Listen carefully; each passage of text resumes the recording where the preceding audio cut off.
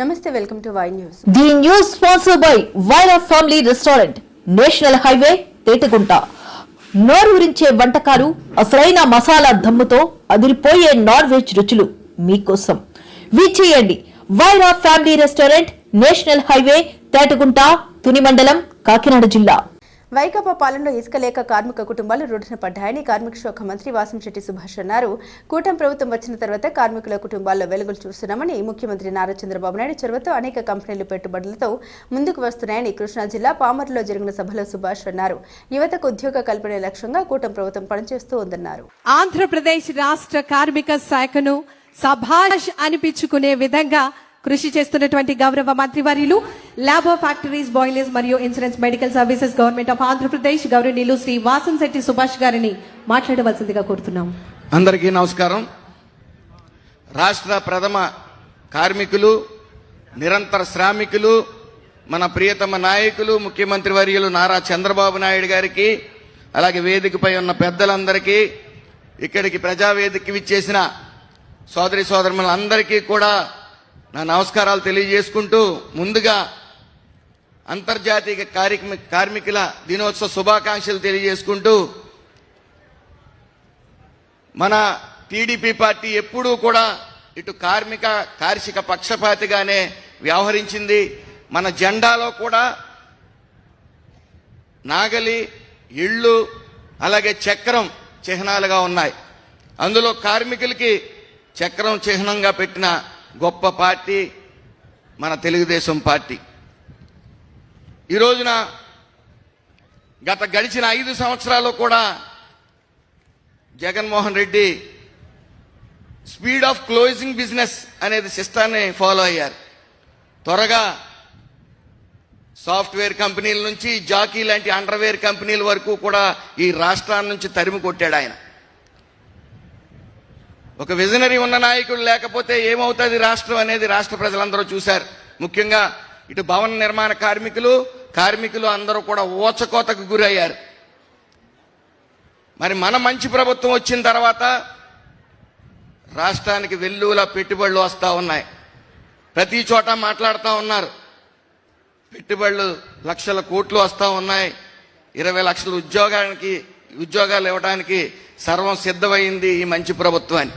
కాకపోతే ఆల్రెడీ ఎప్పుడైతే అమరావతి అభివృద్ధి పనులు కానీ, ఇక లక్షల కోట్లు పెట్టుబడులు రావటం కానీ, ఆల్రెడీ 20 లక్షల మంది ఉన్న భవన నిర్మాణ కార్మికులు ఆల్రెడీ ఉపాధి పొందుతా ఉన్నారు. గత ప్రభుత్వం కనీసం 365 రోజుల్లో 80 రోజులు కూడా పని దొరకని వైనం. ఇటు ఇసుకని బంగారంగా అమ్మటం, అలాగే వస్తున్న పెట్టుబడుల్ని తరిమి కొట్టడం కమిషన్ల కోసం. మరి ఈ ప్రభుత్వం, ఈ మంచి ప్రభుత్వం వచ్చిన తర్వాత అభివృద్ధి అంటే భవనాలు కట్టడం మాత్రమే కాదు, అభివృద్ధి అంటే భవనాలు కట్టే కార్మికులు వాళ్ళ జీవిత పరిణామాలు మెరుగుపడాలనే ముఖ్య ఉద్దేశంతో ఏదైతే డూప్లికేషన్ పేరుతో 1214 మెమో రిలీజ్ చేసి భవన నిర్మాణ కార్మికుల సంక్షేమ పథకాలను రద్దు చేయటం, వాళ్ళు పని దినాలు లేకుండా వాళ్ళని రోడ్డు మీద పాడేయటం, వాళ్ళ జీవితాల్లో చిమ్మ చీకటి నెలకొంది. మరి ఈ మంచి ప్రభుత్వం వచ్చిన తర్వాత 1214 మెమోని క్యాన్సిల్ చేస్తూ సంక్షేమ పథకాలన్నీ కూడా భవన నిర్మాణ కార్మికులకు ఇవ్వడంతో పాటు పెట్టుబడులు లక్షల కోట్లు పెట్టుబడులు రావటం వల్ల ఈ 20 లక్షల మంది భవన నిర్మాణ కార్మికులే కాకుండా ఇతర రాష్ట్రాల నుంచి వచ్చే భవన నిర్మాణ కార్మికులకు కూడా ఉపాధి ఇచ్చే పరిస్థితికి మనం వచ్చామని తెలియజేసుకుంటా ఉన్నాను. అలాగే ఇంటిగ్రేటెడ్ లేబర్ ఎమ్యూనిటీస్ సెంటర్ అనేది ఒకటి ఈ రోజున పైలట్ ప్రాజెక్ట్ కింద 5 నగరాలను ఎన్నుకోవటం, మరి గౌరవ ముఖ్యమంత్రి వర్యులు నారా చంద్రబాబు నాయుడు గారి ఆదేశాల మేరకు 15 పైలట్ ప్రాజెక్ట్స్ కింద 15 నగరాల్లో చేయమని చెప్పడం జరిగింది. జట్టు కూలీలు, కార్మికులు అందరూ రోడ్డు మీద పని కోసం నిరంతరం వెయిట్ చేయటం, కొంతమంది యజమానులు తక్కువ వేతనాలకే వాళ్ళని పనికి తీసుకెళ్ళటం, ఇవన్నీ అధిగమించాలి. వాళ్ళకి వాష్రూమ్స్ సదుపాయం కానీ, విశ్రాంతి సదుపాయం కానీ, వాళ్ళ స్కిల్ పెంచే విధంగా ఈ లేబర్ అడ్డాస్ని మరి పైలట్ ప్రాజెక్ట్ కింద తీసుకురావడం గొప్ప పరిణామం. అలాగే భవన నిర్మాణ కార్మికుల్లో కూడా వాళ్ళ నైపుణ్యాన్ని పెంచడం కోసం స్కిల్ డెవలప్మెంట్ ప్రోగ్రామ్స్ కానీ, అదేవిధంగా వాళ్ళ ఆరోగ్యం విషయంలో పూర్తిగా కట్టుబడి ఉండి మరి వాళ్ళందరికీ కూడా హెల్త్ స్క్రీనింగ్ టెస్టులు చేయమని కూడా గౌరవ ముఖ్యమంత్రి నారా చంద్రబాబు నాయుడు గారు ఆదేశాల మేరకు ముందుకు వెళ్తా ఉన్నాం.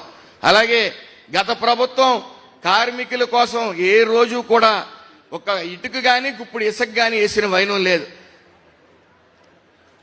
సెంట్రల్ గవర్నమెంట్ నుంచి వస్తున్న ఫండ్స్ను కూడా కేవలం జీతాలకి అలాగే ఇండెంట్లకి మాత్రం ఖర్చు పెట్టి మిగతా డబ్బులు వెనక్కి పంపేవారు. కానీ ఈ మంచి ప్రభుత్వం వచ్చిన తర్వాత సుమారు 7 ఈఎస్ఐ హాస్పిటల్స్ని నిర్మించడమే కాకుండా 57 డిస్పెన్సరీ హాస్పిటల్స్ కూడా మరి పర్మిషన్స్ ఇవ్వడం జరిగింది. అలాగే గౌరవ ముఖ్యమంత్రి గారు ఎప్పుడూ ఒక మాట చెబుతూ ఉంటారు, కార్మికుడు బలపడితే రాష్ట్రం బలపడుతుందనే భావంతో మేము పనిచేస్తూ ఉన్నాం. సంక్షేమం, నైపుణ్యం, ఉపాధి, ఆరోగ్యం, గౌరవం ఈ 3 స్తంభాలపై ఆంధ్ర కార్మిక రంగాన్ని ముందుకు తీసుకెళ్తా ఉన్నాం. అదేవిధంగా ఈ మేడే సందర్భంగా మనందరం ఒక సంకల్పం చేద్దాం. ప్రతి కార్మికుడు గౌరవంగా జీవించే, ప్రతి కుటుంబం భద్రంగా ఉండే, ప్రతి యువకుడు ఉపాధి లభించే సువర్ణ ఆంధ్రప్రదేశ్ నిర్మాణానికి 24/7 శ్రమిస్తున్న నారా చంద్రబాబు నాయుడు గారు, పవన్ కళ్యాణ్ గారు, లోకేష్ గారు అడుగుజాడల్లో మనందరం ప్రయాణిద్దామని తెలియజేసుకుంటూ, అలాగే కోట్ల మంది కార్మికులకు సేవ చేసే గొప్ప వరాన్ని నాకు ప్రసాదించిన నారా చంద్రబాబు నాయుడు గారి శిరస్సు వంచి నమస్కారాలు తెలియజేసుకుంటూ అందరికీ నమస్కారం. ధన్యవాదములు సార్.